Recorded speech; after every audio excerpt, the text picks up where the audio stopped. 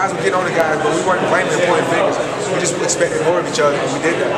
What is it like just to be a veteran and a senior on that offense with all those young guys?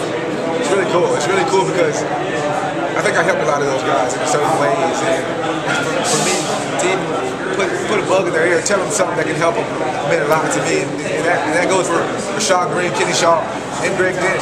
All those guys, I feel like I helped those guys do things that I couldn't do or that I wasn't doing or that I did. And it feels good to see them have success. How about the night Rashad had, especially since second? Yeah, but I was talking to him all day. We've been talking all day about making plays. It's gonna come down to us. And it's so cool because it really came down to us. And he's a big play guy, man. He has legs. He can run past anybody. So I mean, those DBs, they're gonna play back a little farther back next year on that guy. So I look forward to watching his future. And a lot of those guys, and that whole line's gonna be great. I look forward to seeing them grow, which they grew a lot today. And it's gonna be good for the confidence as well.